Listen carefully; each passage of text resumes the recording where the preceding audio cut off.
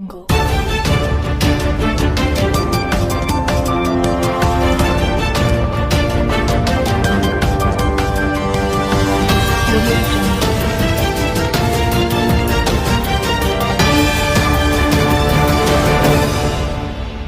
स्वागत है दोस्तों एनआईसी न्यूज में। तो आज हो गया 12 सितंबर 2020 दिन शनिवार। आइए जानते हैं आज देश दुनिया की तमाम बड़ी खबरों को। तो सबसे पहले चलते हैं खबरों के तरफ। तो देख पा रहे होंगे कि उत्तर प्रदेश लोक सेवा आयोग ने लाखों परीक्षार्थियों का इंतजार कल समाप्त कर दिया। आयोग ने पीसीएस 2018 का अंतिम परिणाम कल घोषित कर दिया है। पीसीएस 2018 में छात्राओं का वर्चस्व है। टॉप 3 में छात्राओं का ही कब्जा है। पीसीएस 2018 में पानीपत की अनुज नेहरा ने टॉप किया। दूसरे स्थान पर गुड़गांव की संगीता राघव ने, तीसरे स्थान पर मथुरा की ज्योति शर्मा है, चौथे स्थान पर जालौन के विपिन कुमार शिवहरे व 5वें स्थान पर पटना के कर्मवीर केशव हैं। पदों की भर्ती के मामले में हाल के वर्ष में उत्तर प्रदेश लोक सेवा आयोग की इधर के वर्षों की सबसे बड़ी परीक्षा से प्रदेश को 988 अधिकारी मिलेंगे। वहीं बात करें अगली बड़ी खबर की, तो देख पा रहे होंगे कि हम दुनिया के हर देश को कोरोना वायरस वैक्सीन देना चाहते हैं। ये रूस से खबर निकल के आ रही है। रूस की कोरोना वायरस को भले ही दुनिया भर में शक की निगाह से देखा जाता हो, वह हर देश को यह वैक्सीन देना चाहता है।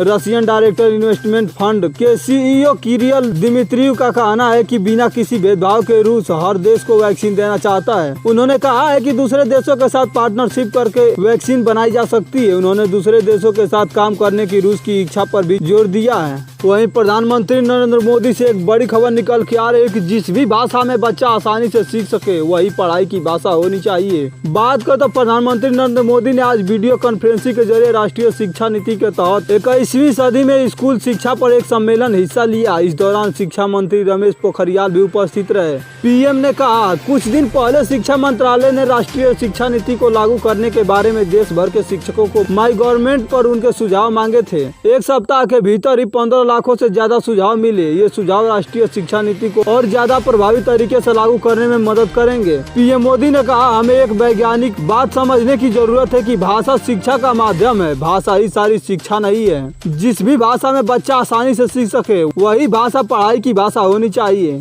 वहीं आगे सबसे बड़ी खबर निकल के आ रही है कि बकरी फार्म से पुलिस ने जब्त किए 1300 किलो marijuana ड्रग कॉलेज छात्रों को बेची जा रही थी। बात करें खबरों की तो बेंगलुरु पुलिस ने गुरुवार को कलबुर्गी जिले में एक बकरी फार्म में जमीन के नीचे छिपाई गई 1300 किलोग्राम का marijuana ड्रग बरामद की। पुलिस ने इस मामले में एक ऑटो रिक्शा चालक को गिरफ्तार किया है जो कॉलेज के छात्रों को यह ड्रग बेच रहा था। News website the news minute के अनुसार शेषाद्रीपुरम पुलिस ने सबूतों के आधार पर कलबुर्गी जिले में एक बकरी फार्म में भारी मात्रा में marijuana का पता लगाया था। पुलिस ने इस मामले में कुल 4 लोगों को गिरफ्तार किया है। शेषाद्रीपुरम पुलिस ने कहा कि सब्जी के ट्रकों में भारी मात्रा में marijuana ओडिशा से कर्नाटक लाई जा रही थी। पुलिस ने कहा कि आरोपी ड्रग को राज्य और महाराष्ट्र में सप्लाई कर रहे थे। वहीं ये भी खबर आ रही है कि WHO यानी वर्ल्ड हेल्थ ऑर्गेनाइजेशन की चेतावनी, मास्क पहनते समय न करे ये गलती वरना बढ़ जाएगा कोरोना संक्रमण का खतरा। बात करें विस्तार से तो कोरोना वायरस का प्रकोप पूरी दुनिया में कम होने का नाम नहीं ले रहा है। इसी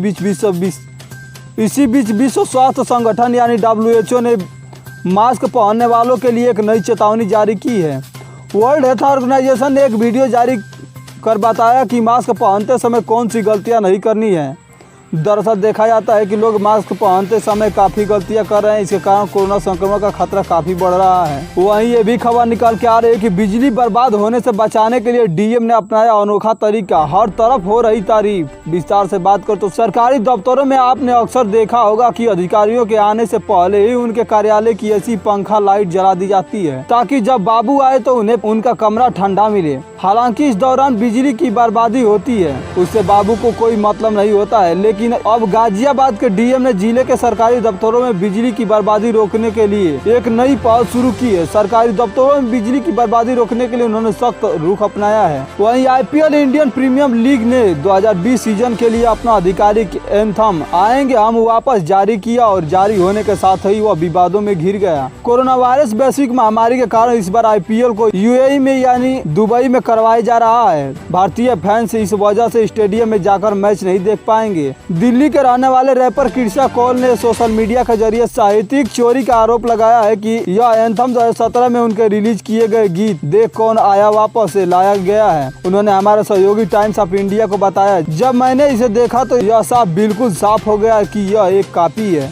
वहीं बात करें आज के सोने चांदी की रेटों की, तो आज दिल्ली में सोने की कीमत 54,820 रुपए है। वहीं चांदी भी 68,560 रुपए प्रति किलोग्राम पर है। तथा दिल्ली में हर दिन 7 लोगों ने की आत्महत्या। मानसिक बीमारी के कारण मरने वालों की संख्या 2.5 गुना बढ़ी। बात करें विस्तार से तो राष्ट्रीय अपराध रिकॉर्ड ब्यूरो के आंकड़े के अनुसार कहा कि पिछले साल की तुलना में 2019 में मानसिक बीमारी के कारण दिल्ली में आत्महत्या से मरने वालों की संख्या में 2.5 गुना से अधिक वृद्धि हुई है। हालांकि विभिन्न स्वास्थ्य कारणों के कारण कुल मिलाकर आत्महत्याओं में काफी गिरावट आई है। दिल्ली में 2019 में 2526 लोगों ने आत्महत्या की। आंकड़ों के अनुसार पारिवारिक झगड़े आत्महत्या का सबसे बड़ा कारण बना हुआ है। एनसीआरबी के अनुसार सड़क दुर्घटनाओं की तुलना में हर दिन औसतन लगभग 7 लोगों ने आत्महत्या की है। लगभग दुर्घटना में 2019 में हर दिन 4 लोग मारे गए। वहीं एक और बड़ी खबर निकल के आ रही है कि एक और ड्रग पेडलर गिरफ्तार, रागिनी द्विवेदी का कस्टडी बढ़ाने की मांग। बात करें तो सैंडलवुड ड्रग स्कैंडल में सेंट्रल क्राइम ब्रांच तेजी से कार्रवाई कर रही है। इस मामले में पहले से ही सीसीबी ने एक्ट्रेस रागिनी द्विवेदी हिरासत में लिया और संजना गलरानी को गिरफ्तार कर चुकी है। अब सीसीबी की टीम ने अन्य ड्रग पेडलर को गिरफ्तार किया है। वहीं टीम रागिनी द्विवेदी की हिरासत बढ़ाने की मांग की है।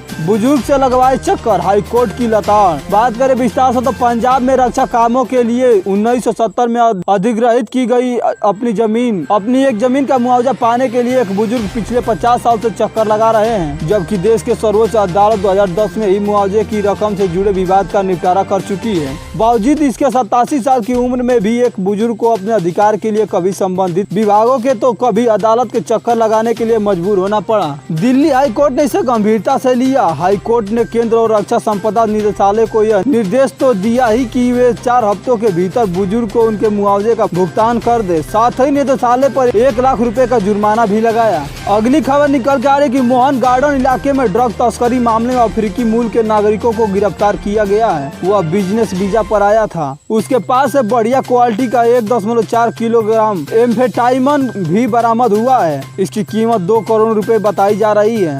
तथा अगली खबर निकल के आ रही है कि लकी ड्रा जीतने का झांसा देकर 800 लोगों को ठगों ने बनाया शिकार। विस्तार से बात करें तो लकी ड्रा को झांसा देकर करीब 800 मासूम लोगों से ठगी करने वाले गैंग का पर्दाफाश हुआ है। सेंट्रल जिला पुलिस ने नारकोटिक्स स्क्वाड ने 2 आरोपियों को गिरफ्तार किया है। इनकी शिकायत हस्तसाल उत्तम नगर के सन्नी गोयल और रोहिणी सेक्टर 7 स्थिति नाहरपुर गाँव के सज्जन कुमार के तौर पर हुई है। इनसे 1 कंप्यूटर, 9 फोन, 5 पार्सल के पैकेट, 10 खाली पैकेट और बैंक की पासबुक और चेकबुक बरामद हुई है। आरोपियों से पूछताछ कर इनसे साजिश के राज उगलवाने की कोशिश की जा रही है। वहीं अगली खबर निकल के आ रही कि रिलायंस रिटेल में 40% हिस्सा खरीद सकता है अमेजॉन। जानिए कितने में हो सकती है यह डील। बात करें विस्तार से तो मीडिया में रिलायंस इंडस्ट्रीज लिमिटेड के अपनी खुदरा इकाई रिलायंस रिटेल में 40% हिस्सेदारी अमेजॉन को बेचने की अटकलें हैं। अमेजॉन ने RIL की खुदरा कारोबारी इकाई रिलायंस रिटेल वेंचर्स लिमिटेड में निवेश को लेकर बातचीत की है और संभावित निवेश को लेकर रुचि दिखाई है। रिपोर्ट में आगे कहा गया है कि रिलायंस अपनी एक इकाई में 40% तक हिस्सेदारी अमेजॉन को बेचना चाहती है। यह सौदा $20 अरब का हो सकता है। वहीं आगे की खबर है कि सार्वजनिक क्षेत्र के यूनियन बैंक ऑफ इंडिया ने कोष की सीमांत लागत आधारित ऋण ब्याज दर में 0.5% की कटौती की है। नई दरें शुक्रवार से प्रभावी होंगी। बैंक ने बृहस्पतिवार को एक बयान में कहा कि 1 वर्ष की अवधि वाले ऋण पर MCLR 7.25% से घटाकर 7.20% कर दिया गया है। इंडियन ओवरसीज बैंक ने भी 1 साल की अवधि वाले ऋण पर ब्याज दर 7.65% से घटाकर 7.55% कर दिया है। यह दरें बृहस्पतिवार से लागू होंगी। वहीं यूको बैंक ने भी 1 साल की अवधि वाले ऋण पर यह मानक दर 7.40% से घटाकर 7.35% हो गई है। यह कटौती अन्य सभी अवधि के ऋणों पर भी सामान्य रूप से लागू होंगी। तथा बात करें अगली खबर की तो चीन ने कोविड-19 के लिए पहली नेजल स्प्रे वैक्सीन को परीक्षण की मंजूरी दी है। विस्तार से बताएं तो चीन ने नोवेल कोरोना वायरस से लड़ने के लिए अपनी पहली नेजल स्प्रे वैक्सीन के परीक्षण की मंजूरी दे दी है। कोरोना वायरस के खिलाफ चीन की एकमात्र नेजल स्प्रे वैक्सीन का पहले चरण का परीक्षण नवंबर में शुरू हो सकता है और इसमें 100 प्रतिभागियों को शामिल किया जा सकता है। बता दें कि चीन की 3 कोरोना वायरस वैक्सीन पर इस रेस में आगे चल रही है। वहीं 15 साल में नहीं हुई संतान, पति करना चाहता था दूसरी शादी, फावड़े से काट कर की पत्नी की बेरहमी से हत्या। बात कर एक पति ने अपनी पत्नी की सिर्फ इसलिए हत्या कर दी क्योंकि 15 साल पुरानी पुरानी शादी से उसके बच्चे नहीं हुए थे। सिर्फ संतान न होने की वजह से नाराज पति ने अपनी पत्नी की निर्ममता हत्या कर दी और उसे एक्सीडेंट का मामला बनाना चाहा, लेकिन पुलिस की छानबीन में मामला खुल गया। पुलिस ने आरोपी पति और उसके मामा सहित 3 लोगों को हिरासत में ले लिया है। यह मामला उत्तर प्रदेश के एटा जिले का है। तथा बात करें अगले 24 घंटे की मौसमी पूर्वानुमान के बारे में, तो अगले 24 घंटों के दौरान तटीय कर्नाटक, केरल, दक्षिणी पूर्वी गुजरात, सौराष्ट्र, उप हिमालयी, पश्चिम बंगाल, सिक्किम और असम समेत पूर्वोत्तर भारत के कई राज्यों में कई स्थानों पर मध्यम से भारी बारिश होने की संभावना है। वहीं महाराष्ट्र, तटीय और अंदरूनी भागों, दक्षिणी मध्य प्रदेश, तेलंगाना, आंध्र प्रदेश, छत्तीसगढ़, उड़ीसा, बिहार, झारखंड, गंगेय, पश्चिम बंगाल, अंडमान व निकोबार द्वीप समूह, पुडुचेरी और लक्षद्वीप में भी हल्की से मध्यम बारिश के बीच 1-2 स्थानों पर भारी बौछारें गिरने का अनुमान है। वहीं पूर्वी उत्तर प्रदेश, दक्षिण पूर्वी राजस्थान, आंतरिक कर्नाटक, तमिलनाडु में कुछ स्थानों पर हल्की वर्षा हो सकती है। देश के बाकी हिस्सों में मानसून कमजोर रहेगा। तथा बात करें आज के पेट्रोल डीजल की रेटों की, तो आज दिल्ली में पेट्रोल की कीमत 81.99 पैसे प्रति लीटर रहा है। वहीं डीजल भी 73.05 रुपए प्रति लीटर पर है। तथा वहीं बात करें कोरोना अपडेट्स के बारे में, तो आज पूरे भारत में रिकॉर्ड तोड़ 96,551 केस नए सामने आए हैं। वहीं 70,880 लोग रिकवर भी हो चुके हैं तथा आज 1209 लोगों की मृत्यु भी हो गई है। इसी के साथ हमारा NIC न्यूज वीडियो यही समाप्त होता है। लेकिन दोस्तों, NIC न्यूज वीडियो समाप्त होने से पहले आपसे एक छोटी सी रिक्वेस्ट है कि अगर अभी तक हमारे चैनल को सब्सक्राइब नहीं किए हैं तो प्लीज सब्सक्राइब कर लें, ताकि हमारे आने वाले सभी वीडियोज का नोटिफिकेशन आप तक सबसे पहले मिल सके। धन्यवाद।